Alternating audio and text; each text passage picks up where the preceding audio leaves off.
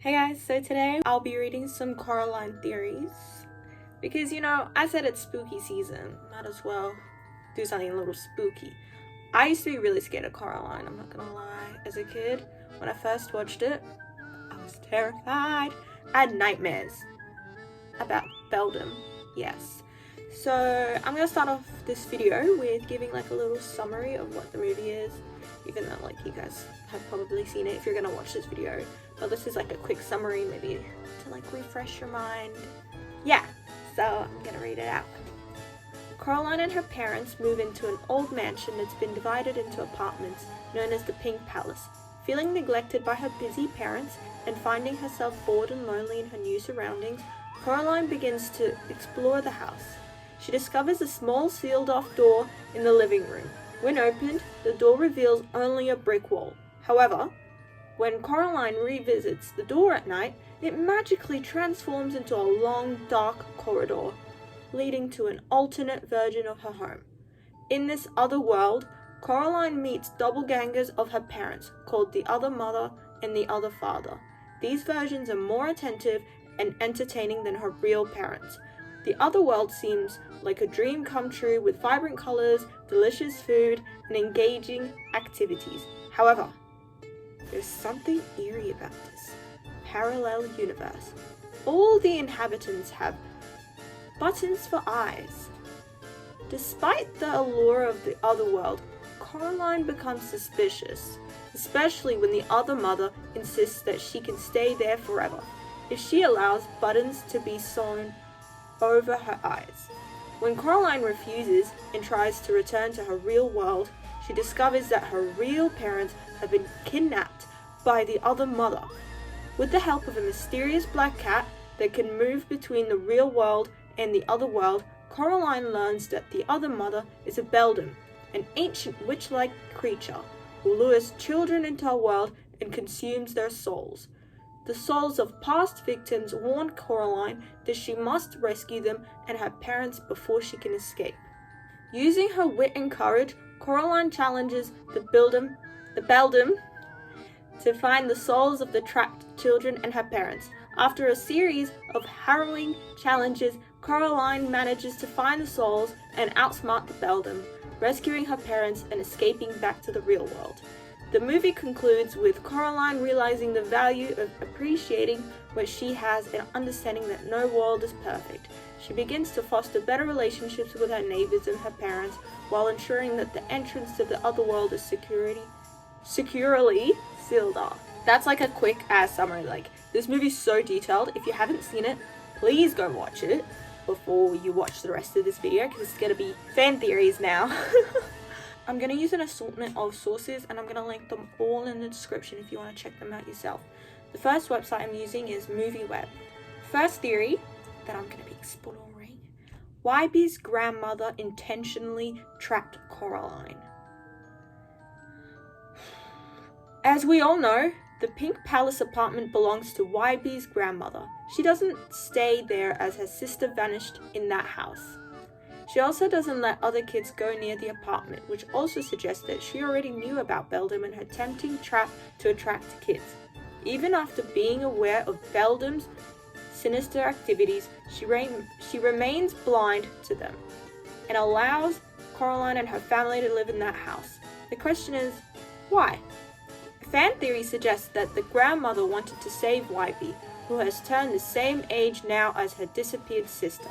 In order to not lose her grandson at the hands of the evil Beldam, she makes Coraline the target and sends her into the lion's den. The grandmother never comes up at the beginning of the movie to warn Coraline, but rather at the end to speak about her sister's disappearance, which draws suspicion towards her. I actually, low-key, I believe this theory. Comment down below. You guys need to comment down below and let me know if you guys believe any of these theories. But yeah, I think I believe this theory. Why is this so scary? Why am I actually getting chills? Why am I'm too babyish. I'm too babyish to be doing this. Come on. It's fine. Next theory is Coraline never gets a happy ending. Some horror movies like to let the antagonist / ghost win at the end. So does that mean Coraline's ending wasn't really happy, but just another Beldam's game? Well, one fan theory points out that Coraline never got out of the trap set by her other mother. By the end of the film, YB and Coraline defeat the severed hands of Beldam and throw the key in the well and close it. The movie ends on a good note with her real mother buying her the gloves she wanted, throwing her a garden party and being nice to her, which is kind of fishy. This opens up the possibility that her other mother crafted an illusion of her parents through a spell, fooling the little girl once again into believing that everything is back to normal. So even if the key is thrown away, it's still possible for her to come through the door, as it appears it has been broken a bit when her severed hand entered the real world. The disappearance of the cat at the end and the garden looking familiar to the other world support the argument that she's still trapped in Beldam's spell. Whoa! Chills, guys! Chills! Ooh. I'm gonna need to watch a SpongeBob episode after this video, I swear. Why am I an adult scared of Coraline? Okay, I believe this theory too. I feel like I'm gonna believe most of these theories. I don't know. Next theory. Every character is dead. Throughout the film, Coraline meets new people in her Pink Palace neighborhood, who aren't humans but dead people, including her and her parents. According to a Reddit theory, initially Mr. Bobinsky used to be a liquidator who served in the Chernobyl cleanup campaign and even has a medal for it, which he wears proudly. It could possibly also mean that he gave up his life in service, and due to radiation poisoning in that incident, his skin turned blue. The burlesque performers turned fortune tellers, April Spink and Miriam Forsabel, might have died naturally, as they were old and specially abled women. During the initial scenes, one can see Coraline's mother wearing a neck brace and them having a conversation about a car accident for which Coraline is blamed. This might mean that her parents are no longer alive too, and Coraline is just neglecting this fact. According to the fan theory, hypothetically, the garden is referred to as a heaven and the other world as hell. Without winding up their business in Pink Palace, the ghosts couldn't move to heaven. Thus, Coraline doesn't get the opportunity to go gardening, in brackets heaven, with her family until the end, when her parents have completed their work and are ready to garden. Mrs. Lovat, Cat, and the mice serve as the people from heaven trying to help the kids stay away from hell. This means the Pink Palace is nothing but a place of trapped souls, and the original danger lies with the kids because Beldam wants to drag them to hell. I personally don't believe this theory, simply because they talk about how her family is already in heaven. Her parents were treating her really shitty at the start of the movie. So, what does that have to do with hell or heaven? I don't get it. This one, I don't believe. What do you guys think? Watermelon Lamp says, I have my own theory about YB's grandma and Coraline. Everybody's saying that grandma wanted Coraline to go to the other world instead of YB. But I think she actually wanted Coraline to rescue her sister's soul. Like she left the right key in the drawer. Also, she left her sister's doll. She had to know what was going on. If she was really thinking that her sister was stolen, she'd let other families with children live in Pink Palace. And also, she and her sister had to be close. So probably her sister told her about everything.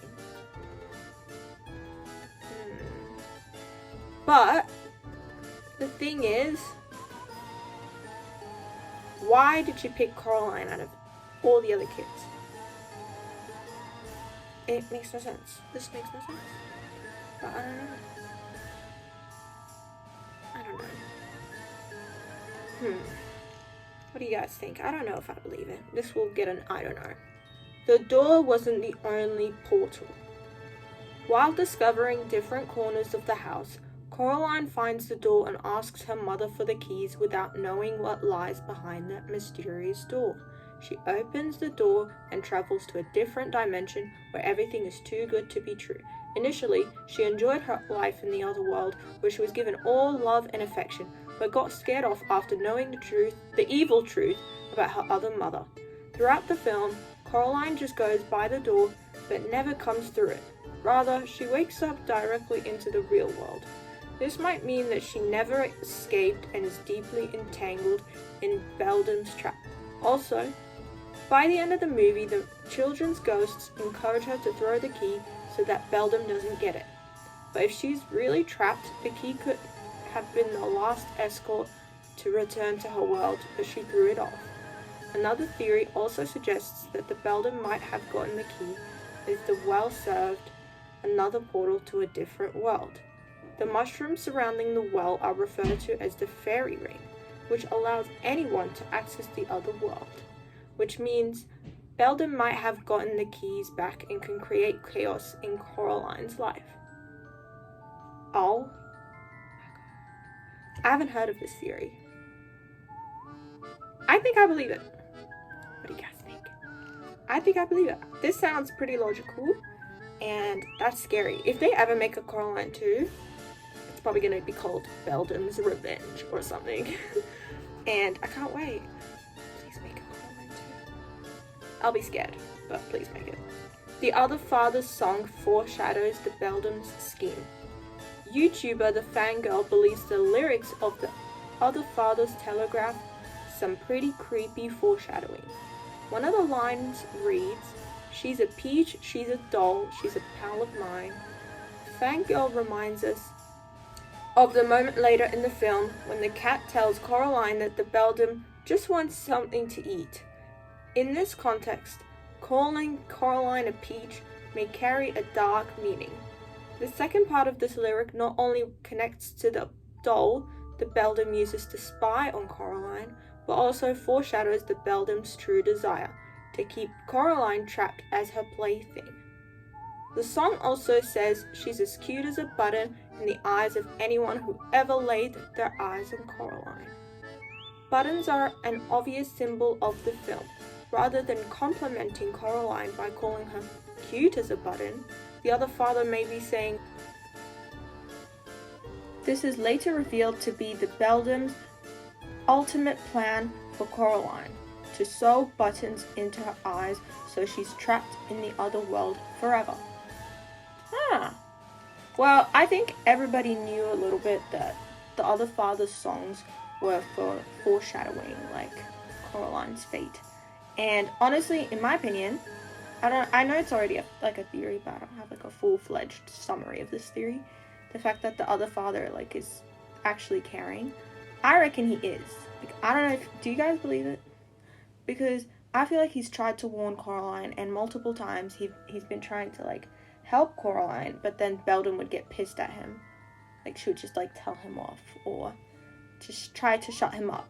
But the other father, I feel actually cared about Coraline. I think that's enough theories for the day. So let me know if you guys enjoyed this video. It was really scary for me.